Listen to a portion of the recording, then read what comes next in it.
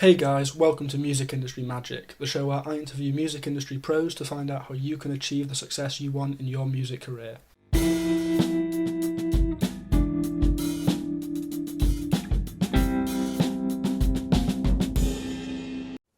Hey guys, welcome to the 5th episode of the Music Industry Magic podcast. Today on the show we've got Mark Winterburn from Edge Studios, Cheshire, England. This episode's going to be really good. I think you'll enjoy it. So to start the podcast off, can you tell us a bit about how you kind of got started out in the music industry? Sure, no problem. Give us go from the very beginning. So when I was a teenager, I started learning guitar, like many people do, and quickly found that I wasn't particularly interested in learning to play the guitar like really well or whatever. But the thing that excited me about it was songs. And my brother he plays bass, and he had this is like how far back you're going back about, I don't know, best part of 20 years, and we didn't do stuff on a computer at home. I don't really think that many people would with the computers that they had in the houses. Probably weren't powerful enough, or we didn't, weren't wise to it. So we had like a hard disk recorder that was like 8 channels. So it was like literally like its own unit that was about the size of, I don't know what to equate it to, really chunky, crappy thing that recorded onto like a compact flash card, like an SD card you put into a camera, and you could fit one song on it. Like this is how ropey it was. So like I say, it had 8 channels. You'd do your song and you'd be bouncing between the channels, so you could free up more space and do more things. And then once you'd done your song, you had to delete it because you had to get it off the thing, and then you couldn't. There was no messing with it ever again. So I used to get a drum machine, learn songs on the guitar, and get a drum machine, and just sort of try and imitate whatever song it was that I was learning as best as possible. And that seemed to be a lot more interesting to me. The arrangement and the layers and the overdubs, and how it was put together than sort of just playing the guitar. So that was kind of my first window into it all, really. For some reason, I couldn't explain why I was drawn towards that sort of thing, but that's just kind of recording, really, the kind of in production. That seems what interests me. And then it sort of went from there. So I started, I got a couple of mics, and used to record my own band that I was in, my friends' bands, very light DIY, very rough. I think we could only do a stereo pair at a time, so you couldn't really this is how rough it was. And there was no samples or anything like that. It was pretty much how it was recorded, was kind of how it came out at the end. But it was a lot of fun. And from there, I ended up doing a course at SSR, which is called Spirit now, in Manchester. So when I think I was 19, I'd worked, I'd done a couple of jobs, like I worked in a shop and things like that. Worked in kitchens, pub kitchens, restaurants, things like that, and was sort of stuck as to what to do. So I sort of found this course at SSR and went and did that for 2 years, which I loved. It was great, and that was kind of like the first time I'd really been in a studio, as it were, if you see what I mean, and put a lot of time into learning how to do things there, which served me well, because when I finished that, I did have another job temporarily at a college in the performing arts department, but I pretty much finished my course at SSR and then went to Edge, which is where I'm still at now, Edge Recording Studio in Cheshire, near Alderley Edge, and started there doing like work experience, I guess, or like an internship, whatever you want to call it. Making tea, picking food up, moving mic stands around, all that kind of stuff. But it was good just to be in the room, and I did that for about 8 months, a year, and luckily sort of stumbled into we did a Plan B album there. We did some work on finishing off Plan B's album, Ill Manners, and ended up engineering that somehow, which I still wonder about, because I went from sort of making tea and doing all that kind of stuff and editing the occasional drum track and things like that to sort of engineering for him, and that all happened in sort of one phone call in one split second, and then it's kind of gone from there. So that's kind of how I got into it, which is kind of maybe it's like a typical inn. I don't know, where you just kind of bide your time and sit around. You get into a studio somehow and sit at the back of the room and take it all in. And then if you're lucky, you know, there's definitely an element of luck to it. You might be presented with an opportunity that you can capitalise on everything that you've learned, and that's how it went for me anyway. And luckily, it's carried on. And this is sort of 9 years ago now where that happened, and it's just kind of gone from there. So it's kind of how it started for me. And that's kind of that, I guess. Yeah. So, what's it like, kind of a day at Edge Studios? Kind of what stuff kind of happens?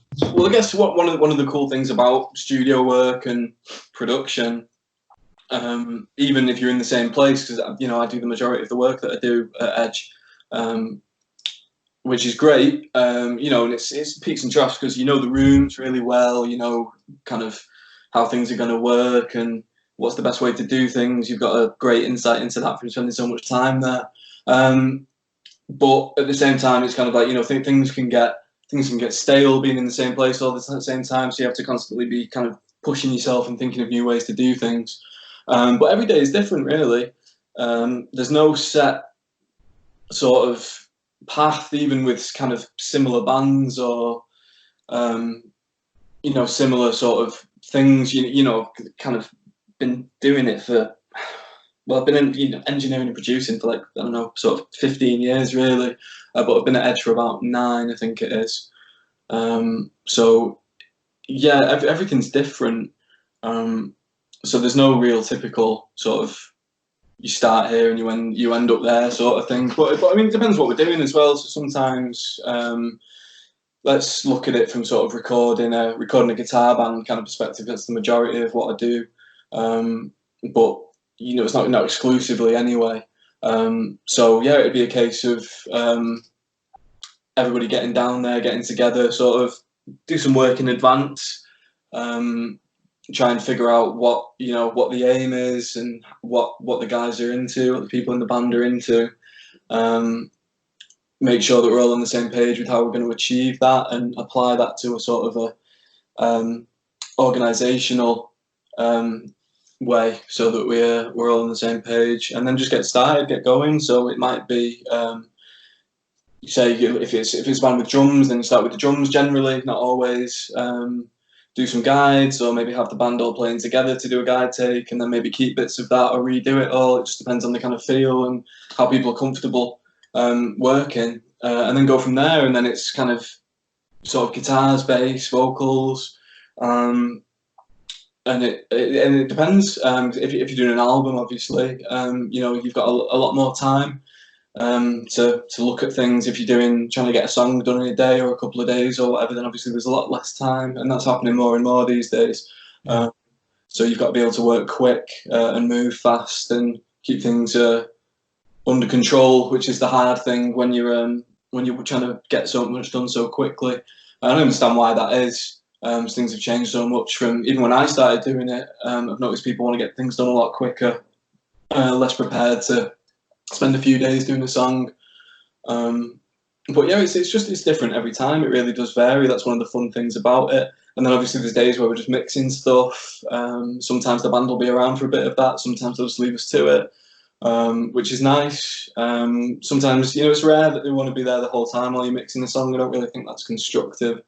Because by the end of it, you sort of turn into a bit of a like a bit of a creature, really, when you sort of just mixing stuff for ages and you sort of don't know your ass from your elbow anymore by the end of it.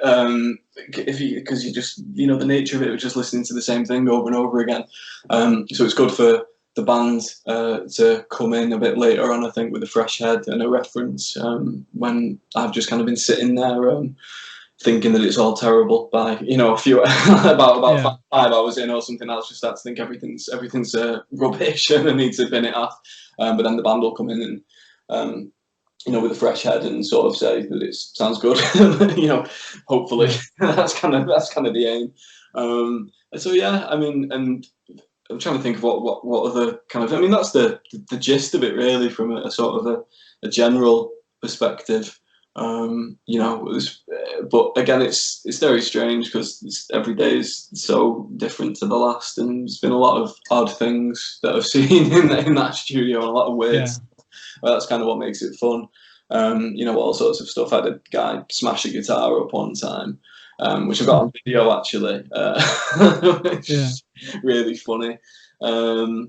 All kinds of other stuff. I had a guy one time, he was throwing, we've got a grand piano, a really old grand piano there, and we got all that opened up and mic'd up, and then kind of thought he was going to play something on it, and he was sort of stood about 6 feet away, and he was throwing like 2p's and 20p's into it to hit strings across it, and you kind of wondering what are you doing, you know, and all that kind of stuff. And I think tractors, because it's on a farm, the studio, so tractors have been used as percussion before, and like a shed directly opposite outside the studio, and there's kind of like bathtubs, and there's a boat in there as well, I think, actually, and like an old estate car, and all that stuff kind of gets pulled out every now and again when there's time to experiment with weird stuff. And so yeah, there's literally been toilets on people's records and books and things and all that kind of stuff, so it's very different. But I think if you're doing, you know, doing production, working in a studio, whatever, and you sort of start to feel that it's all the same, then it's probably time to stop, really, because you need to keep pushing yourself, and that's the sort of the fun of it for me anyway, is that it's different all the time, and it's always changing, and you have to move with that. Yeah. So what kind of makes musicians like good to work with? Like, if you have a band and you make a great record versus a band come in and it's not, doesn't. Sure, yeah, no, that's a great question. Yeah, it's studio kind of discipline from a musician's perspective it's quite rare actually that you find someone that really understands how they need to play, because it's very different from playing live or playing in a room with everybody. And it's sort of, you have to be, what would you call it? It's like an ugly truth. You know, if you're kind of playing in a rehearsal room with the rest of your band the entire time, and it's dead loud, and you're not really putting the time into thinking about your part specifically and getting that part tight. You're only hearing it, and everybody else that you're with is only hearing it sort of in context of the entire thing, which is important, obviously, but I think people sort of, that covers up a lot of bad parts of people's playing. And a lot of people, I don't really think, put the time into sort of sitting down with the guitar, with the keyboard, whatever it is, with the drums, and just sort of playing to metronomes, playing to clicks, and just doing boring exercises, which is horrible to do. I mean, I definitely did a lot of that when I was learning to play. And it stands you in good stead because your sense of time and sense of rhythm is sort of instilled in you then, and it's not sort of, you've got a reference sort of within yourself, and it comes through in your own playing. Even if you're not playing to a click particularly, it's still kind of within you, subconscious, if you see what I mean. So little things like that make a big difference, and it's rare that you see people that do that, and just getting a nice sound out of whatever instrument it is that they're doing. Again, some people, again, it's kind of when everything's going off, it's sort of covered up. But this is the difference between an okay record and a great record, is that when you solo things, and you know, it's the sort of 5-10% difference of quality that makes something goes from something being all right to something being amazing. And it's, sometimes people play really weak and really lightly, which is, again, that could be great if you're going for a soft thing, but let's say that's just how they play when they want things to sound powerful. So it's not appropriating the playing style for the result that they're after. You see a lot of that. You see a lot of tuning things as well. I'm talking about guitars a lot because this is the majority of what I do. But people that tune, and they're not really, like, the guitar's not set up properly, and the strings are old, and all that kind of stuff. You know, people. It's great when people have restrung, and they understand why that's a good idea. And even literally just when you're tuning up between takes, they'll sort of I call it sort of trying to win the tuning game, which is like looking at the tuner on the floor and trying to get the when you play a note, trying to get it to go green, like as in the middle. Yeah. But to do that though, they play really lightly. So they play really light to win the tuning game, and all the lights are green. And then when they play the guitar, they hit a chord really loud or really hard, or harder than they were when they were tuning. And then all the strings are pulled sharp. So yeah, and then the guitar's out of tune, and then you have to have that. And I have this conversation and say like maybe a couple of times a week. yeah. You sort of say like, oh, it's not in tune. And like, oh, but I've just tuned it and everything was green. I'm kind of like, yeah, but we can hear that it's not in tune. It's because you're tuning it really lightly to get the green light on, and then you're hitting a chord harder than you were when you were tuning, and it's all going sharp because you're bending the strings with the attack of the pick. Yeah. So, things like that. It's nice to not have to explain those things from time to time, and that time that you spend sort of talking people through things like that can be spent on swapping mics out or trying different creative ideas, and it's that kind of free time within a session that allows you to try more things and therefore get a better result. When you're just trying to do meat and potatoes, like basic stuff, the less time that you can spend on that, and the more that the band get it, then the better the result will be, I've found. And just having ideas as well. It's very uninspiring when you have a band or have an artist and they sort of have the part and they play the part and they do it well. But it's sort of, you say, let's just say it's like a rhythm track on a guitar or something, it's just some chords, and then they do that, and then you kind of maybe you double it, say, and then you're like, well, what else have you got? And like, oh, well, that's it, that's all I've got. Sort of like nothing, even if it's presented to you subtly, like overdubs and production ideas and creative things that people can come up with, even if it's very quiet and tucked back, not detracting from the natural sort of whole take that people have done. That's what makes something sound great. And if there's none of that in there, then it becomes a massive headache to try and make the thing sound interesting. And there's a discrepancy I find as well between people saying that they'll sit there and be like, oh, I don't want any overdubs, and then you'll be like, fine, okay, whatever. And now I don't go along with that so much, I don't think. And then because when you get to the end, like, it becomes a massive fight in the mix to sort of make things sound interesting. And you can't, there seems to be a disconnect sometimes with people saying that they don't want to do overdubs and then listening to the end thing and sort of having problems with it because it sounds flat or it sounds, it just sounds like, sort of like a standard thing where they've just doubled the chords or whatever and there's nothing else to it. So I'm trying to encourage people to do more and more of that as time goes on, and I generally do a lot of parts anyway. But when people say they don't want, I used to be too complacent, I think, and sort of say, oh yeah, if that's how you want it, it's your song, it's your music. But I've realised that the reason that people are working with myself a lot of the time is for guidance and things like that. So I do speak up a lot more than I did in the early days now, which is a good thing, and obviously it's part of the progression and yields better results, hopefully. Yeah. So yeah, there's a lot to say about that, obviously, but just having people. I mean, the main thing is that people are enthusiastic, that they're happy to be there, and that they know the stuff well enough that you can put more time into more creative pursuits than just sort of making sure that things are in tune and in time and vaguely solid, Yeah.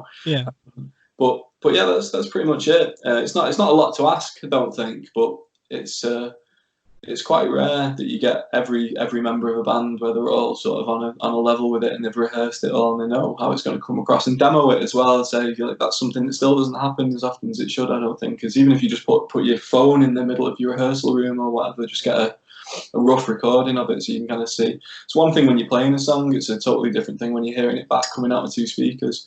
So that's something that should happen before you record anything, because it's an investment, and everybody wants it to be as good as possible. So do things that are free that you can do that only require time beforehand. That will yield a better result and a better experience all around. No one wants to be stressed either. When things become stressful when you're just trying to get it done, really, and you're not trying to, it's no fun for anybody, and it's it's difficult when there's time pressure and money pressure ultimately from being in the studio. You're not going to think any clearer than you could have done 2 months before and work things out. So it just seems like common sense stuff to me, but A lot of people get it, and that's great, but you know, a lot of people don't as well. You know, you sort of wish everybody did. So it's just worth having those conversations. If you're a producer or an engineer or whatever you want to call yourself, just there's, you know, pre-production isn't really something that happens anymore. As in sort of sitting with a band and going through the songs for a couple of weeks in the rehearsal space or whatever. That doesn't really happen so much because of budgets and things, and everybody wanted to do things quickly. But you can put all this stuff in an email. Whether people do it or not is another thing, but you can only sort of point people in the right direction, and hopefully they get it, you know. Yeah. And so kind of, do you have any more, you're quite knowledgeable about guitar specifically, do you have any more like little tips and tricks like that that make the recording go better? I'm just kind of referring to guitars because that's kind of where I came from with it, and I think inherently in, I'd say, you know, in most studios, I'd assume that it's sort of guitar bands are generally what you spend the majority of your time doing. It's not the only thing that I do. I do a lot of like program stuff, a lot of electronic stuff. You know, I've seen many things, many weird and wonderful things over my time. But when it comes to sort of it, again, it's just sort of common sense things for like make sure all your stuff is reliable. Particularly with pedal boards for guitars, I think guitars are kind of a good one to refer to because, like I say, they're common and then they're quite complicated in the sense that you have your guitar and then you have your pedals and your board and your power supplies and all that kind of stuff, and it's quite a more so than like a cello, for example, which is like it sounds how it sounds, and there's not loads you can do to adjust the sound of the instrument. It's either like you're going to be a great sounding cello, or it's going to be not a great sounding cello, and everything in between. But that's kind of how it's going to be, and it's going to be difficult to change the sound of it. Whereas with the guitar, even doing things like, I mean, I do this all the time. If just changing the power supply that's powering the pedals can make a massive difference to things in terms of noise and interference and stuff. So just checking all that out, and I think it's you know, you've definitely got to put things in the cold light of day. Don't assume that it's going to be okay, and sort of don't think I'm going to give myself an easy time by not checking things, because it will come out in the wash, and things will be more audible in a studio with good monitoring and more attention being paid to something that was normally just sort of done in 5 minutes or whatever. So that's why it's important to demo, I would say, and just check all your stuff out. If there's something, I mean, for example, I hear this a lot. Something will happen in the middle of a take, like some signal will drop out, or something will go quiet, or something weird will happen, and then they'll sort of say, "Oh, it's been doing that at gigs every so often," or whatever. And kind of, oh, you need to sort it out, you know. Aside from being like really annoying when you're, you know, outside in the real world, gigging and rehearsing and whatever, it's, you know, things like that should be taken care of because you have the time to do it, and these things are free, and they're so to do something that's free in a studio when it's costing you money just makes absolutely no sense whatsoever. And aside from that sort of stuff, I think having an idea of how you want things to sound, the importance of reference tracks is really important. I mean, we're talking about guitars here, so you know, it's really useful for somebody to say, I love the sound of this guitar, or I love the sound of this snare or this kick or whatever, you know, this vocal effect, and they can point you, you know, to a song that's got that kind of thing in, and it's sort of invaluable really to sort of know where someone's coming from in that respect. Because doing, you know, working in the studio and working with bands, working with artists, it requires a lot of intuition. I think that's the difference between sort of just engineering something and sort of producing something for somebody, and it being more of a collaborative thing, is being able to interpret what they want and how they want it to be. But it's a lot quicker and provides you with much more information for somebody to just say, look, here's this song, I love the sound of this guitar, how can we get our guitar to sound like that? And then you can sort of go from there really and start looking at amp choices and mic choices and even guitars and strings and things like that. Just all that kind of stuff. It's just always worth experimenting with things before you go to a studio. It's like, try heavier strings, try, you know, different power supplies for your pedal board, try different pedals, try reordering things, you know. Don't just assume that things aren't going to be an issue. If you've got intermittent problems as well, make sure you get all those addressed. And it's just that sort of stuff, really. I mean, it's what I would call common sense, but like I say, it's often not the case, unfortunately. But like I say, it's sort of most people aren't really thinking from a studio perspective, and it'll just be, let's just say it's like doing a song. It might be like 2-3 days of the lives, so it's a relatively short thing for them. But like I'm kind of coming at this with like I say, when I started getting into music and stuff, it was always from a recording perspective. So I've always had that kind of instilled in me. So it was like I knew that if I didn't do this, then it was going to be a pain in the ass when I started recording something. Do you see what I mean? But I get that not everybody thinks like that. But from a studio perspective, it is very important to do those things, you know. So that's sort of that, really. Yeah. So how did you get the internship at Edge Studios? Was it just a kind of emailing lots of studios and, you know? No, not really. I knew a mate of mine. He doesn't work there anymore. He lives in New Zealand now, actually. But he used to engineer there, and he was the main engineer when they were sort of setting it up. So I'd liked the studio on Facebook, so the Facebook page was coming up on my Facebook posts. And John Delph, the owner of the studio, he put a Facebook post up saying he was looking for people to do work experience. So that just literally just came up on. Like I say, I'd finished my course at SSR. I had this job at this college. It was just like, I think it was just literally looking at my phone one time and saw this post and thought, oh, you know, that'd be good. That'd be cool to do. I've just finished my course and everything. And yeah, just I got in touch. I think he sent an email, and then he gave me a call a few days later. Had a quick chat with him, and then sort of went down there. So that was kind of how I heard about it. And then it wasn't very formal. I mean, it was literally I just went and sat in one time. Didn't seem to wind anybody up, which is important. If you're doing people's heads in, you know, you're not going to be asked back, or you'll be asked to leave, or whatever. And just started turning up every day. It's literally as simple as that.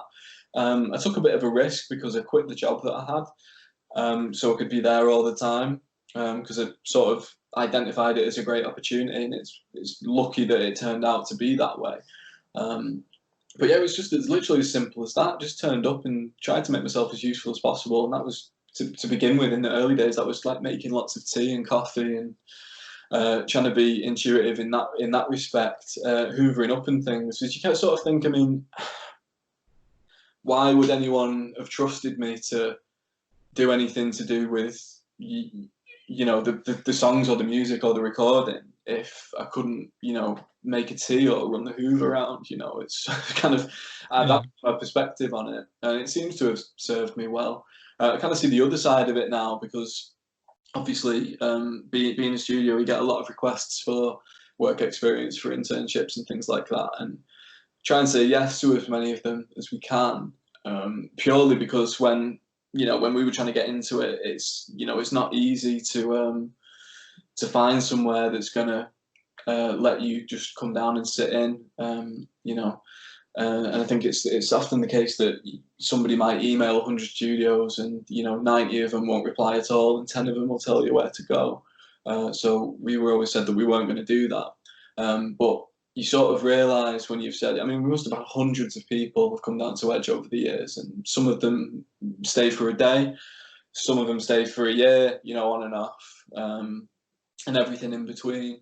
And the thing that you find, the reason that most studios, the 90 studios out of 100 won't reply and 10 of them will say that they're not interested, is because that you find a lot of people aren't really suited to sitting around and doing what's necessary to be an intern or work experience in a recording studio, and they just don't get the sort of the way that they have to be, unfortunately.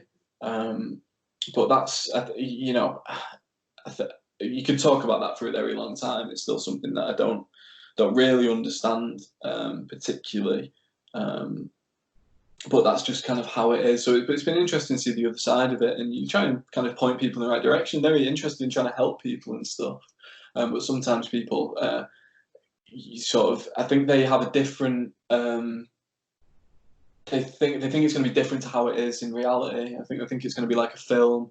or something like the, like don't know, like that Queen film or the Motley Crue thing that's on Netflix or whatever. Yeah. It's going to be all sort of glamorous, and it's not at all. It's literally sitting in the room all day and listening to the same song over and over again, which can certainly have an impact on you, on how you're feeling, because that's the difficulty of the job, I'd say, really, is just being able to stay fresh and enthusiastic when you're under those constraints, which are absolutely necessary to get the job done. You can't make a record without listening to it over and over and over again.